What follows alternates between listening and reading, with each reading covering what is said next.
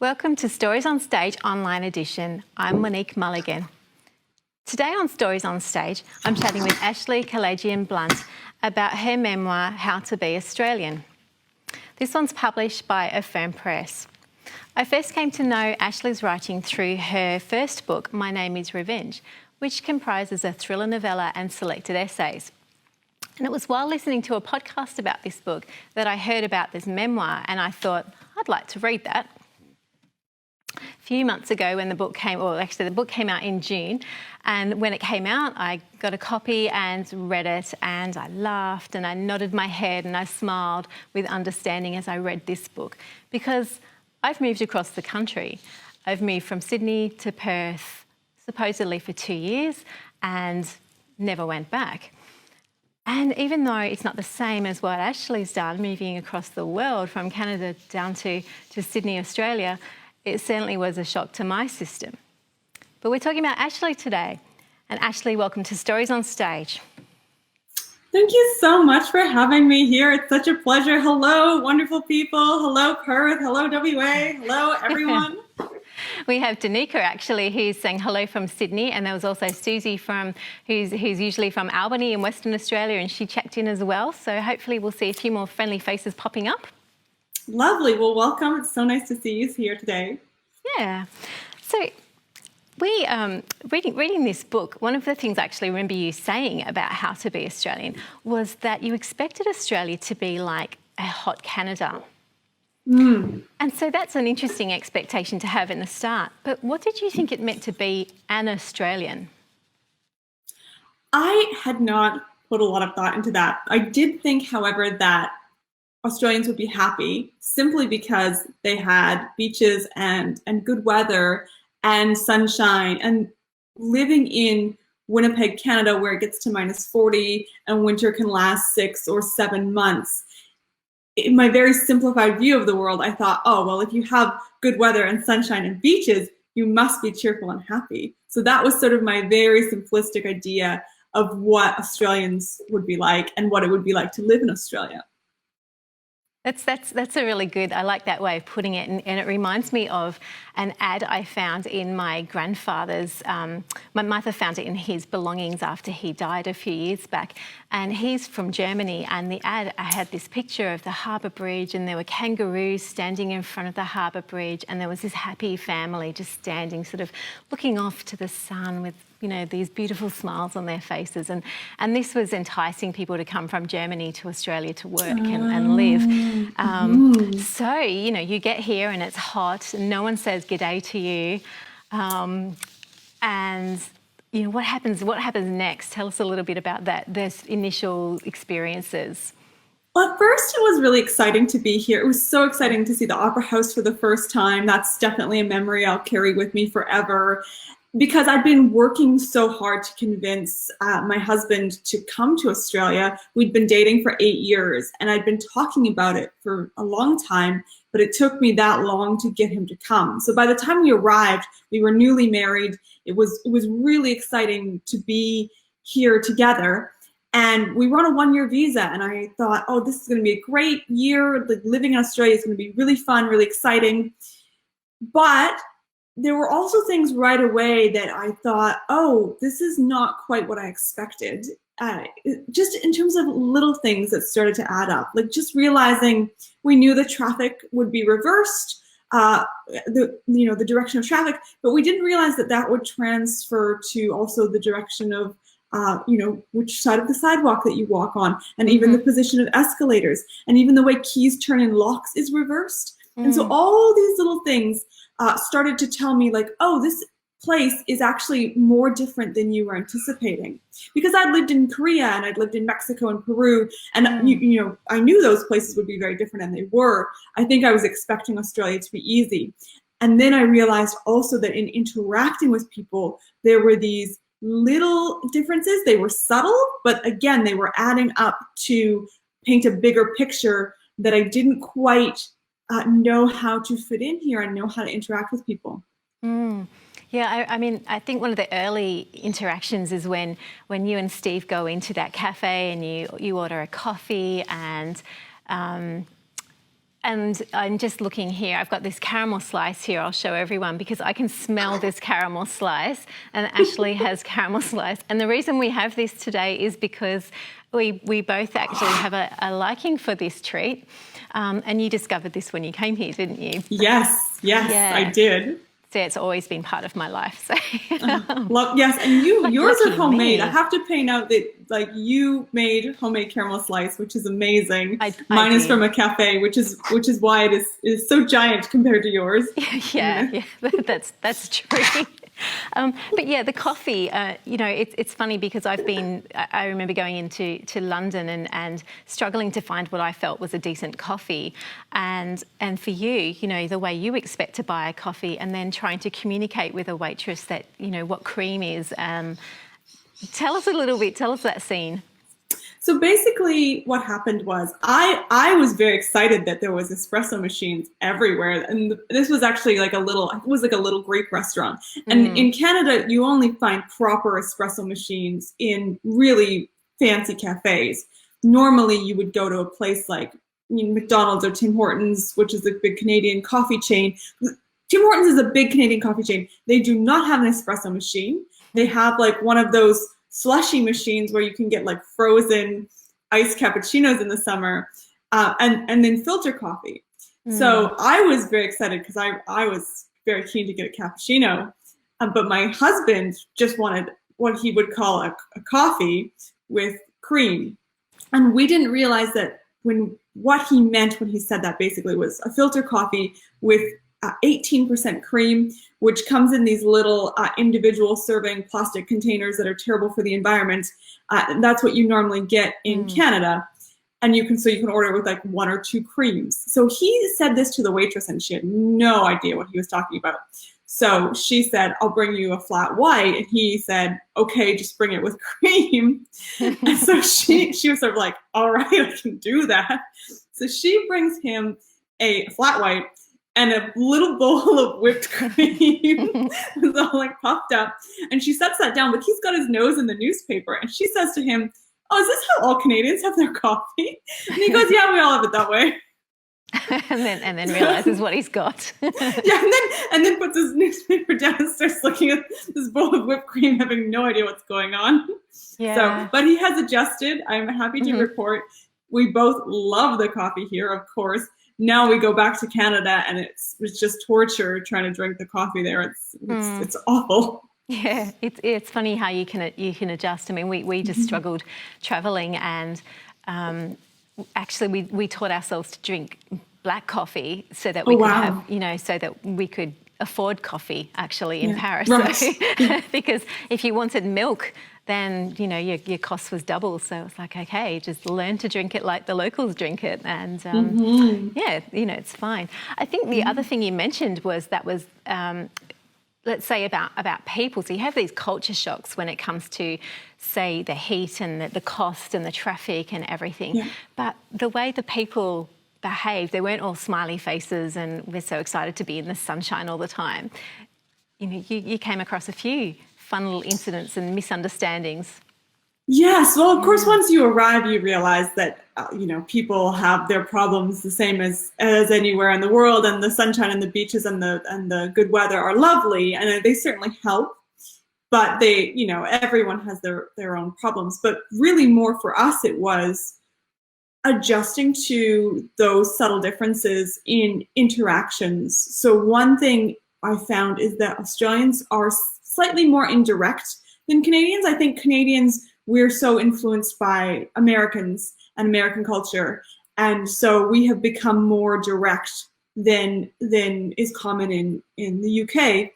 whereas Australia has stayed more indirect.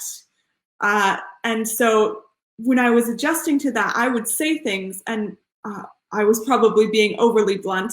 And when people would respond to me, they were being very indirect, which meant that I was not picking up on the messages they were sending me. So, for example, my supervisor for my thesis, because I came here to do a master's degree, my supervisor for my thesis, she would tell me things and they would go straight over my head, because I was expecting her to just say, just plainly, just do this, yeah, just do this, and she would instead say, well, have you thought about doing this? And I would think about it and I would say, well, I don't really want to do that. And then the next time we would meet, she would say, well, have you thought about doing this? And I would think, it's the same question you asked me last time. And I said no. And she probably thought I was terribly rude. And so we were both miscommunicating. The humor is another issue that I still need to remind myself to adjust to, because Canadians tend to, when we are telling a joke, we will smile to signal to the other person that we're joking, whereas Aussies often don't do that. Aussies are very good at deadpanning, and I just still am not adjusted to that. Yeah, and look, it's hard, because even there have been times I've fallen for that. I can actually do it to my husband really well, and it'd be like, I've made this caramel slice. It's got a new ingredient, and he'll say, what? And I'll go, oh, it's got miso soup in it, and he'll just go, what? Really? And then I go, no, just joking, like this. So it's, I can do that. Most of the time, though, he can tell, because I'm not very good at, I can do it for a little bit, but not for long. But I've had people do that to me, and it is quite disconcerting, isn't it, when you just think, what? Well, and when you do it to someone you're close with, it's different. I feel like, but when I've had complete strangers do that to me, and some of those interactions, particularly in the first year I was here, really stuck out to me. Like, I went into a business, and I was asking someone, like, oh, I'm sorry, asking that person for help, and he's like, oh, I can't help you, I'm the janitor. And I was sort of looking at him being like, well, you're not dressed like a janitor, and you're not, and you're behind the counter, but you said that in such a way that I feel like I have to believe you. And I was like, oh, I'm so sorry, and I start to walk away. See, don't feel too bad. I'll just, before I move on, I'm going to tell you this one where I was pregnant with my son. I was probably a few weeks off having my first child, so this was back in the 90s, and I had to buy a porta cot from, it was Toys R Us, I think. And I was working for the Australian Taxation Office at the time, and it was about a, 8-minute walk. And I'd said to this person, can you help me, take this to my car or something? He says, yeah, I'll just go and get you a little wheelbarrow. And I've just looked at him. I'm like, and I'm thinking, a wheelbarrow? He goes, yeah, I'll get one from out the back. And I just went, are you serious? And he goes, nah. So, yeah. Okay, well, that makes me feel better, actually. That does make me feel a bit better. You're not the only one. Good. One of the things that I guess, we can talk about the funny things forever, and certainly that's what a lot of I guess the first impression you get of this is just that fun, the cockroaches, the spiders, all of these things you're adjusting to. But really, as anyone who's ever moved a long way from home or, changed countries, it's really, really hard. And I suppose, it's so much more than the logistics of packing your bag and packing your life up and leaving and arriving. But for you, it was that sort of moving from your youth to your adulthood. And I really liked how you wrote about it with such honesty about those struggles, because I know it's not easy from my experience, but I didn't leave my country. I could still get home if I needed to. I guess one of the things I noticed when I was reading was in the early stages, you seem to have that kind of, not so much a need, but you really had that front of hope and excitement and positivity for your husband, because he was really struggling to find work and to fit in. And I guess I'm wondering what that period was actually like for you, thinking, he's going to pack it in, he's going to go, but trying to put on that happy face. Yeah, it was really tough, because he had been working as an accountant in Canada, and had progressed his career to the point where he had recruiters calling him and saying, hey, we've got this great job and you should, consider applying for it. We would really love to interview you. And so because he had reached that level in his career, we knew it would take him a little while when he came to Australia because we didn't have any local contacts and he had no local references, obviously. But he applied for 120 jobs before he even got a phone call. And every week that sort of progressed, it got harder and harder to convince myself that this had been a good choice, especially because, like I said, I spent 8 years trying to convince him to come here. And so when we first arrived, it was so exciting, and it was summer and it was beautiful and we were so excited. But as the weeks went on, I started into my degree program. He was applying for jobs, and we carefully budgeted out our money, and then the sort of winter rain set in, and it was a very wet autumn that year, and it was sort of like realizing, oh, this was a terrible decision. And it's all going to go badly. And I had never actually seen him so, he was very depressed, obviously. I mean, when you're applying for jobs and getting rejected, that's a terrible feeling. And I felt like I'd single-handedly ruined his career, and that in turn was going to ruin our marriage. And so that was very hard. And the relief we both felt when he got an interview and he got the first job he interviewed for. So that was a huge relief to realize, okay, maybe we can salvage this year, and maybe we can then salvage our marriage. Yeah, and that was another sort of led to another turning point almost for you, because it was like reading it, you had carried that sort of outward, like, it's going to be okay, it's going to be okay, it has to be okay, and then I guess the guilt you probably felt. And then suddenly he was thriving, and he was, doing really well in his job and starting to think about maybe staying longer, and you're starting to think the opposite, which is maybe go home. I'm going to say hello to Life is Rosie, and also to Georgina. She said hello before as well. Hello. And I think I felt like your own feelings were finally allowed to come out. That anxiety you'd maybe been repressing a little bit just suddenly went, and just came out for you. So how did that impact the next part of your life in Australia and then your marriage? Yeah, you're absolutely right, because I had been really trying to shore him up, and I'd been really trying to say, it's going to be okay. As soon as you get a job, it's going to be okay. We moved to this wonderful place, and as soon as we have some money and we feel stable, because we had obviously come with savings, but when you're watching your bank account just drop and drop and drop, it's very panic inducing. So I had been trying to shore him up, because it was just this one thing. It was just, you just need a job.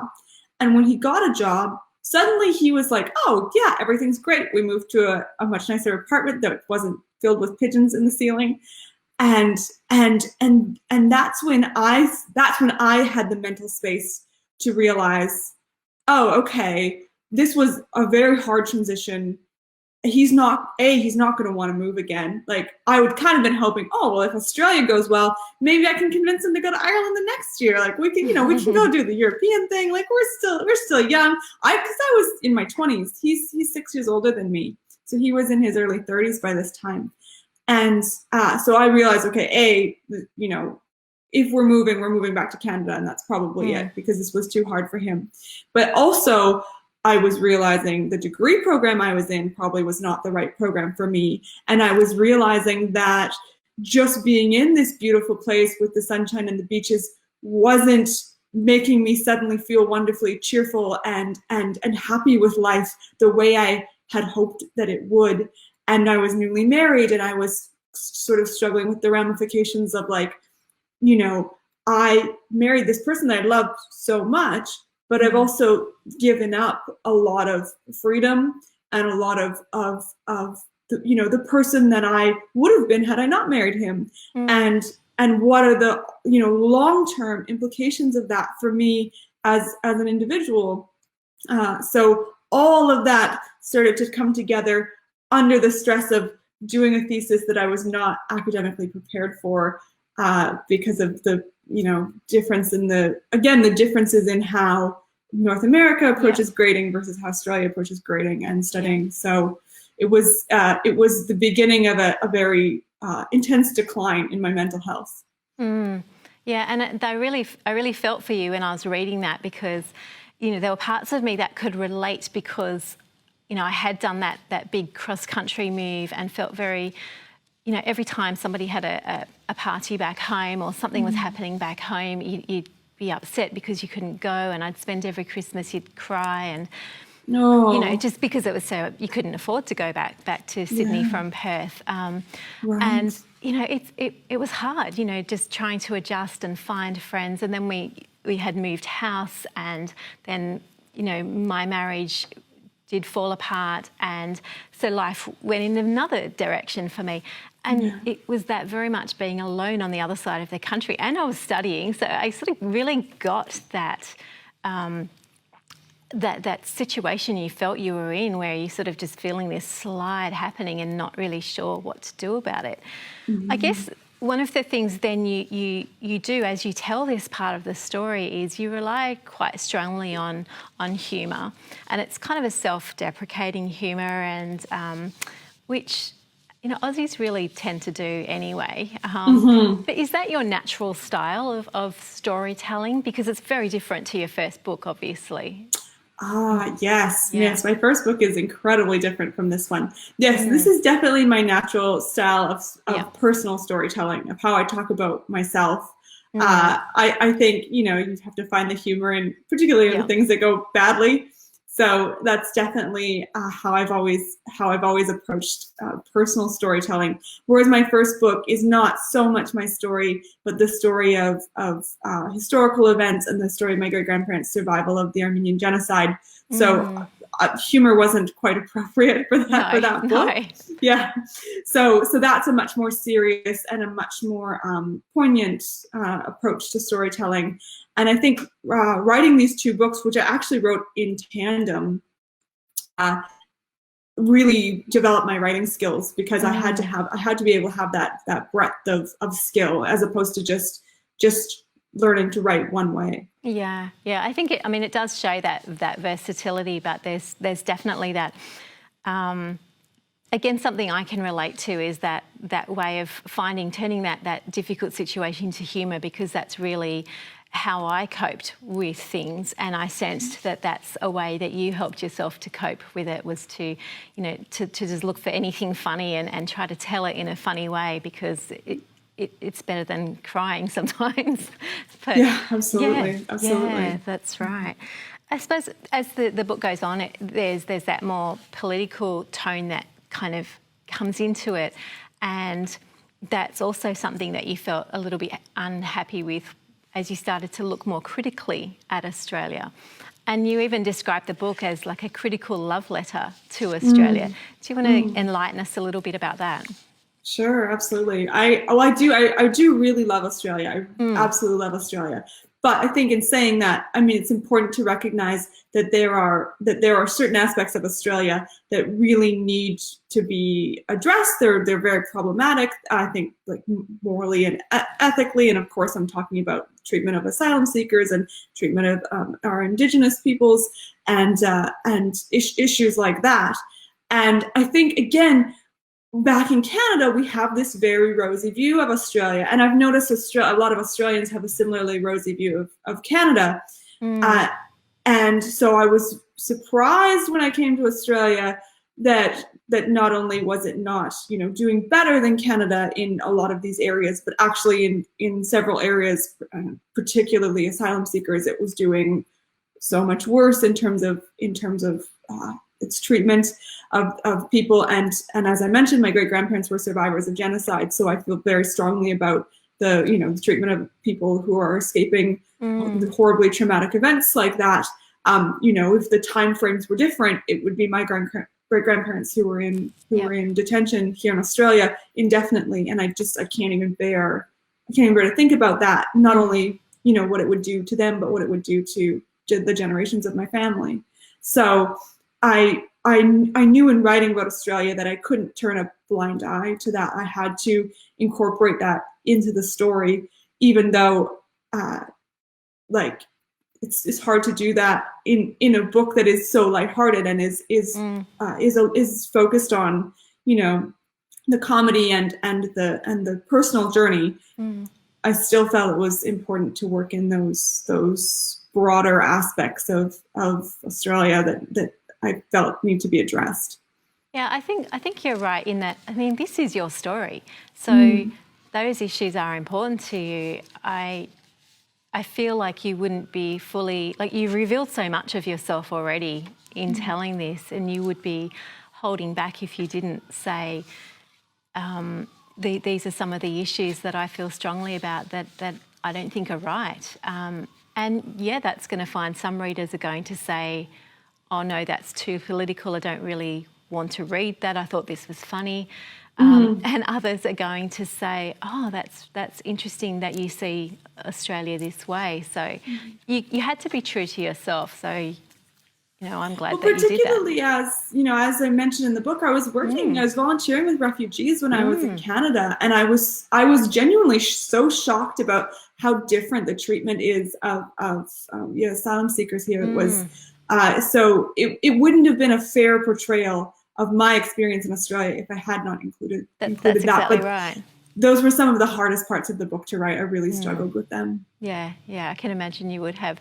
I have a question from someone who's watching who just wanted to know, talking about your honesty in terms of your relationship and whether Steve had sort of veto power over what you were writing or not. Was he comfortable with it? I forced him to have veto power because I didn't want him to later on, after the book was published, say, oh, I wish you hadn't said that or included that. So I in November, when we were going through sort of the final edits, I asked him to read through the whole book, and he really did not want to, because he said, I was there, why would I want to read that? So he skimmed through it and looked for his name, and he took out a couple of my favorite jokes, which I was sad about. But overall he was fine with everything in there, because as he himself said, he was a special guest at my book launch, and he said, you know, everything in there is true. It's true from Ashley's perspective. From someone else's perspective, it might be, you know, you might be told differently. Yes. But he said everything in there is the truth. So he was okay with it. And I think the thing is, I'd been writing the book for so long. I'd been writing the book for 5 years. And so all through that process, at any point, he could have said, hey, maybe don't write about me. And he didn't. So by the time it came to me saying, hey, I've got a publishing contract for this book, it was too late. Yeah, you can just imagine how a firm press would have felt if you'd said, look, I need to just scratch all this. I need to take out Steve, who is the second main character. Yeah, and really one of the biggest threads is how it impacted your marriage. So I think that would change the book and make it very thin anyway. So. Yes, it would be about 3 chapters. We have got, I'd love to ask you some more questions about the book and the writing of it, but I don't have too much more time. So I'm going to ask you a couple of quick ones. What's your favourite Australian word or saying? Oh, what? There's so many. Throw a wobbly. I heard someone use that the other day, and I thought, why haven't I been using that for the past decade? That's amazing. That's great. I like that one. Yes. Yeah, that one's great. Yeah. Okay. If you were going to, once we're able to travel again, so we'll project a little into the future, how would you sell Australia to people back in Winnipeg and say, come over here? They want to come. They want to come. But they're scared of sharks and snakes or spiders. Spiders is the big one. They're really scared of spiders. So I would just tell them that we're eradicating the spiders, and then they will all come. They will all, that's like... They'll be fine. Yeah. Yeah, exactly. Yeah. Okay. Fair enough. So you'll just say, we're getting rid of the spiders. That'll be your marketing slogan. Yeah. I'll just tell them I promise there will be no spiders, and then, you know, they're already here. It's too late. Fair enough. And if I was going to go to Winnipeg for a year to live, I'd have a really difficult time convincing my husband. But if I managed to, after 8 years, to do this, what are 3 things I'd need to know? 3 things you need to know. One, pump your brakes on ice. So when you're driving on ice, you've got to pump your brakes so that your wheels don't lock. That's very important. 2, Winnipeg actually has some wonderful places that you will genuinely enjoy. There's a beautiful Nordic spa that opened after I moved away. They have a beautiful revolving restaurant. So, visit the highlights, and you will actually have, if it's just 1 year, you'll have a great Winnipeg experience. Excellent. And I would say the prairie sunsets and the very late nights, you get sun till about 10 p.m. in the summer. Soak up as much of that as you can, because in winter it'll be dark by 4:30. So you're probably not going to get any sunshine during the work week. Yeah, I feel really prepared. I might need to, get a list of things if I ever do manage to do this trip. But I've really enjoyed talking to you about how to be Australian and about, your experience of coming here. And I think, it's great that you are here. Well, thank you. Yeah, and I hope that you go on this afternoon to enjoy that massive piece of slice that you have. Have you eaten any of it? No, not yet. Here, we'll end on the slice. Yeah. Excellent. Cheers. Cheers. Okay, cheers. Thank you so much, Monique. Very good. Thank you for tuning into Stories on Stage Online Edition. For a clever, witty and heartwarming read about living and moving to Australia, check out How to Be Australian. It's available in print from bookstores and online booksellers like Booktopia. We're taking a break next week, and we'll be back with Maya Linnell and talking about her book Bottlebrush Creek on July 28. Thank you.